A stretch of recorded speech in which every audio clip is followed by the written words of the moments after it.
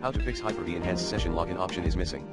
To fix Hyper-V enhanced session login option is missing issue on your Windows PC, simply disable for improved security, only Windows Hello sign-in for Microsoft accounts on this device, recommended, option in your sign-in options.